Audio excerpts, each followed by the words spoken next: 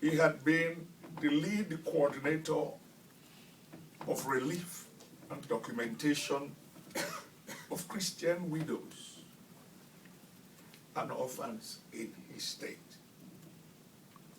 His widow now joins the list he kept, and is just one of the latest. We have lost 2 officials in 2 months.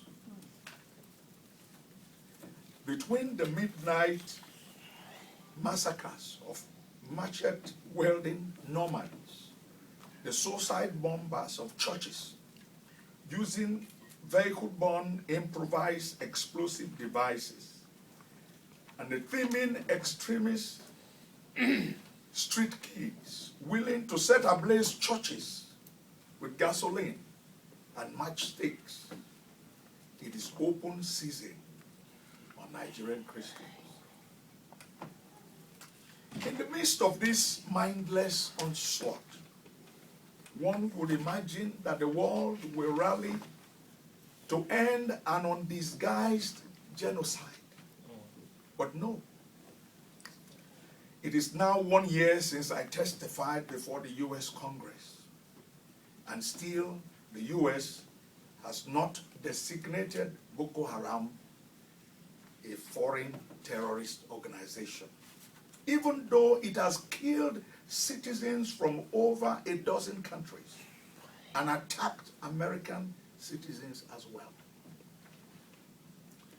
U.S. religious freedom reports claim that the biggest threats to Nigeria are the terrorists and the rhetorics of religious leaders.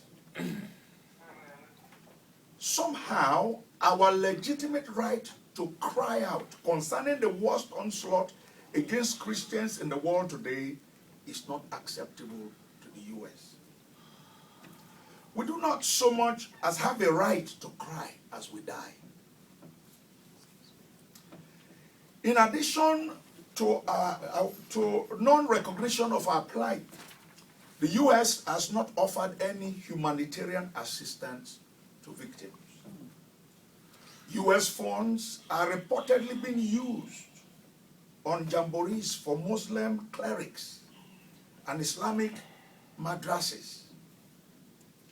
Rather than pressure the Nigerian government to provide aid, the U.S. has asked them to provide more financial assistance to the very northern states that actively participate in the persecution of Christians. Worse still, it took a global coalition of human rights lawyers, congressmen, and other well-meaning Americans to get the U.S. Embassy to finally grant a visa to the orphaned daughter of a pastor to come to America for a trauma camp with 9/11 orphans.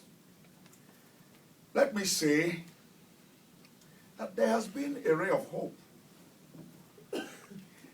After Boko Haram overran 20 out of 27 counties in Borno State, I mean, it happened.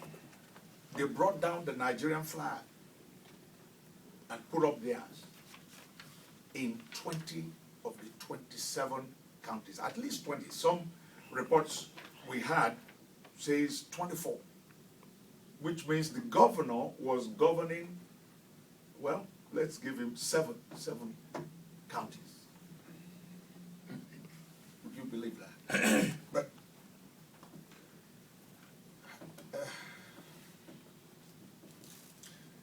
a state of emergency was declared.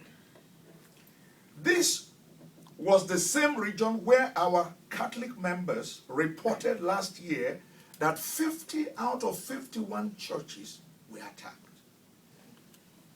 State tribal chiefs said they lost a dozen district heads in 3 years. And a market association in southwest Nigeria says this year alone, they too lost a dozen traders who were killed while traveling in the north to buy food. Borno State reports that 50 out of 175 schools have been destroyed. People are scared to to go to church at weekends, kids are terrified to go to school on weekdays.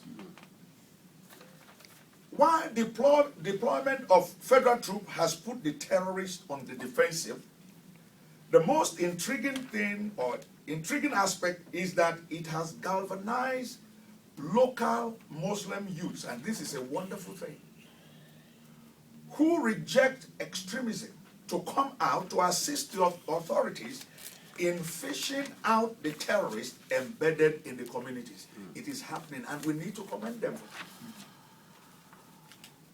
It's a wonderful move, because this is part of what we've always said, that terrorists in a country like Nigeria cannot survive if they don't have people to accommodate them in the communities.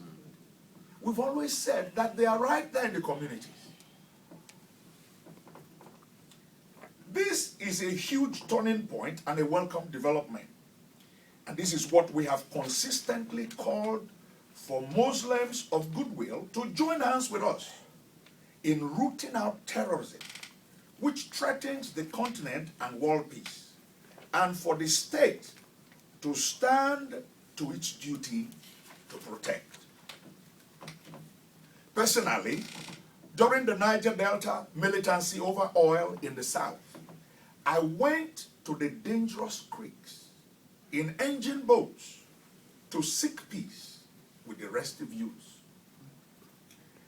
I have urged northern Muslim leaders to reach out to their own people in like manner and have an internal dialogue to stem this extremist insurgency.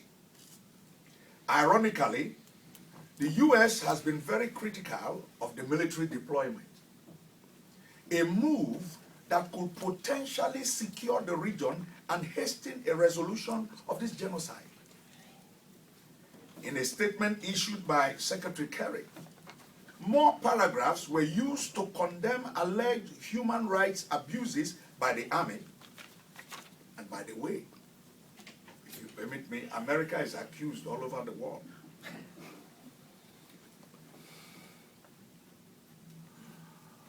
To condemn alleged human rights abuses by the army, while only one line was used to condemn Boko Haram.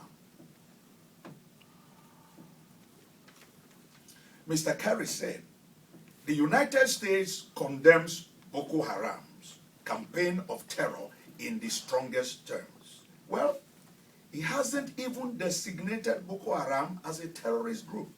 So how strong really is his strongest terms? America's ambivalence on Nigeria is a stunning betrayal. After 9/11, Nigeria was amongst the nations that cooperated with global efforts, on tracing terrorist financing, to the point that a designated foreign terror financier was uncovered running a factory in northern Nigeria. Recently, Nigeria uncovered arms arsenals reportedly linked to Hezbollah, allegedly brought into Nigeria by Lebanese grocery store owners residing in Nigeria. FTO designation will kick off the tracking of terror financing and arms shipment. That is a fact. In conclusion, we had waited earnestly expecting a visit from President Obama to Nigeria during his African trip earlier this month. We felt his presence will draw media attention to a contemporary genocide that has been singularly underreported by global media. The White House denied us this rare opportunity. But here is a direct quote on why the U.S. picked Senegal over Nigeria. And please don't misunderstand me, Senegalese are our brothers. Even though Nigeria by far is its largest trade partner in the region. This is what he said, and I quote, obviously, Nigeria is working through some very challenging security issues right now. And in that process, they are going to be a partner of the United States. We certainly believe we will have an opportunity to further engage the Nigerian government through bilateral meetings going forward. But at this point, we just were not able to make it to Nigeria on this particular itinerary. I will say that we purposefully designed the itineraries to be able to reach West Africa, South Africa, and East Africa. And in West Africa, to visit Senegal, a French-speaking Muslim majority democracy. This is part of a speech. That is an important partner of the United States and also provides a platform for the president to speak to the broader region. Ben Rhodes, Deputy National Security Advisor. The implication of this statement is obvious. Because Nigeria is not Muslim majority, we lost out on a presidential visit. This is insensitive on so many levels. What message exactly does this send to terrorists who said in January 2012 that all Christians must leave northern Nigeria or be exterminated, and began systematic killings thereafter? When the United States will not muster the moral authority, the good conscience, and the courage of leadership to address one of the top blights in the landscape of mankind of our times, it leaves precious few options for a peaceful and speedy end to this slaughter. This nation was founded by people who suffered persecution. It should not shut its eye on those who suffer it today. All it takes for evil to prosper is for good men to do nothing. Evil has prospered. It is way past time to do something. The FTO debate is a needless one. It should have been done long time ago. I'm thankful for the creation of Kenya and their effort to raise awareness on this issue. America has a strong history of civil rights, and my hope is that our brothers here can help us awaken the conscience of humanity to stop this genocide. In towns where Christian presence has been completely wiped out and there are no more churches, the terrorists have now focused on schools. And 2 weeks ago, like you heard earlier, slaughtered innocent school children. I don't want to get into it because you heard. Where are the heroes who marched for little girls killed in Selma, Alabama? Right here. Thank you. We are hoping you will do something. Where are the new Reverend Dr. King? Where are they? Some of you from that time and some from today. We need you now. We must rise as one and say no, never again. I thank you for listening.